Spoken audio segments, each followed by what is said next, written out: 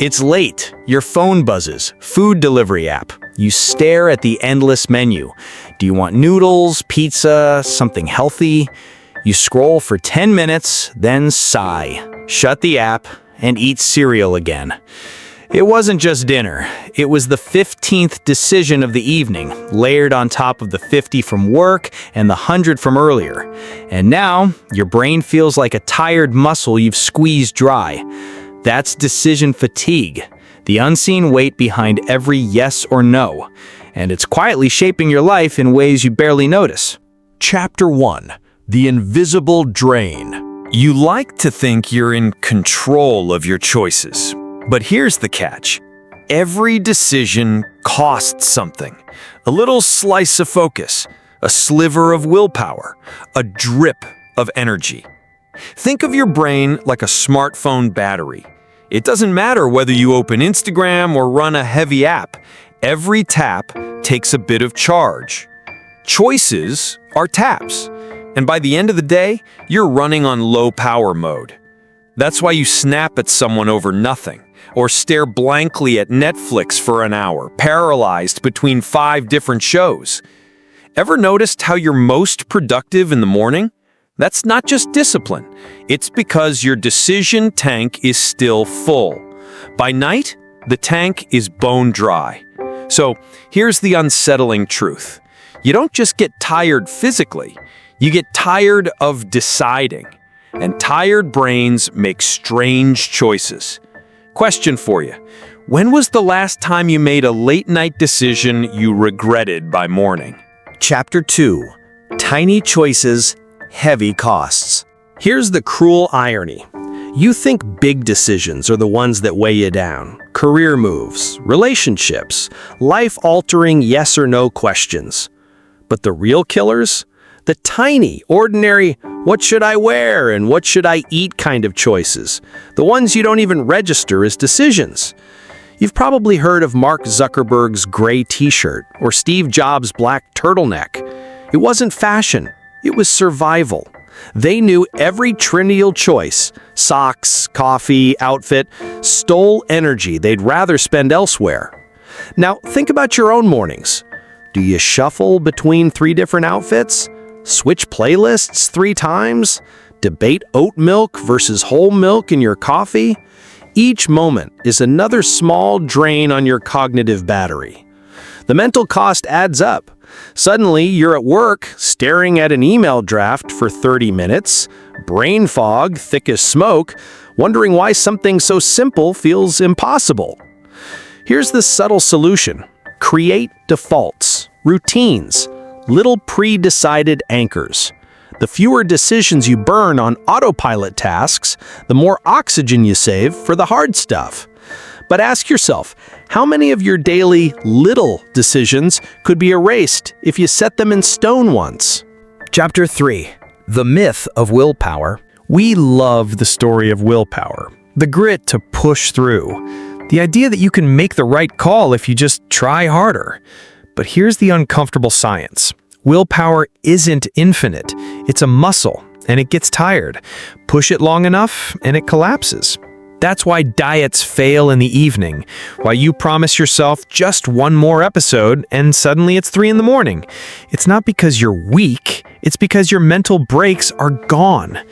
Psychologists call it ego depletion. Your ability to resist temptation literally drains with every act of self-control. Say no to dessert at lunch, yes to 3 urgent meetings, no to a pointless notification, yes to a colleague asking for just a minute. By nightfall, you're running on fumes. And then comes the crash, the binge purchase, the doom scroll, the email you send without thinking. So maybe the real problem isn't your lack of discipline, it's your refusal to respect your brain's limits. Here's a thought. What if you treated your decision-making power like money? Would you still spend it on the cheapest, smallest, most forgettable things? Chapter 4. Decision Overload in Modern Life. Let's zoom out. Why does decision fatigue feel worse today than 20 years ago? Because the menu of life has exploded.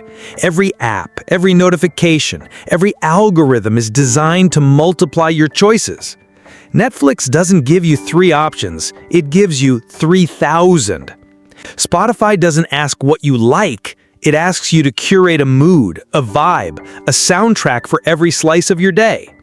Even your fitness watch pings you with choices. Stand up now or later.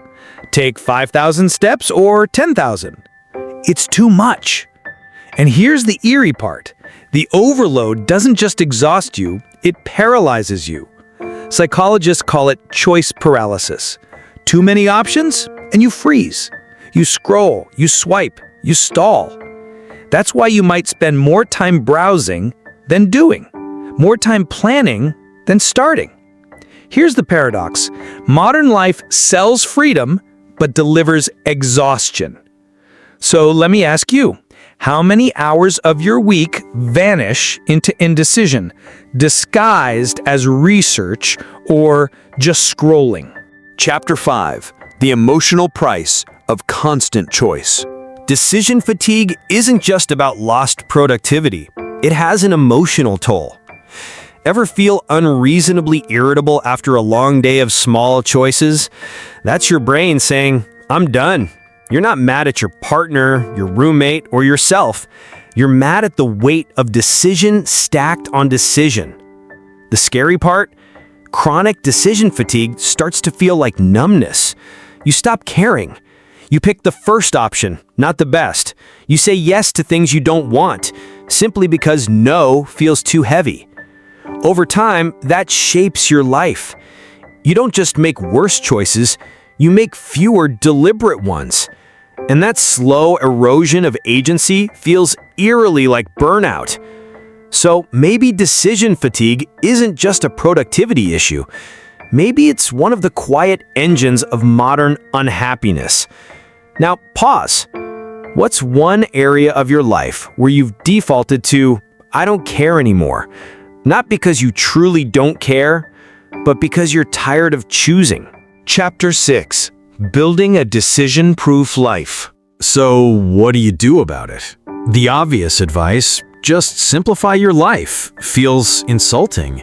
You can't exactly throw away your job, your family, your phone, and your endless responsibilities. But here's a different frame.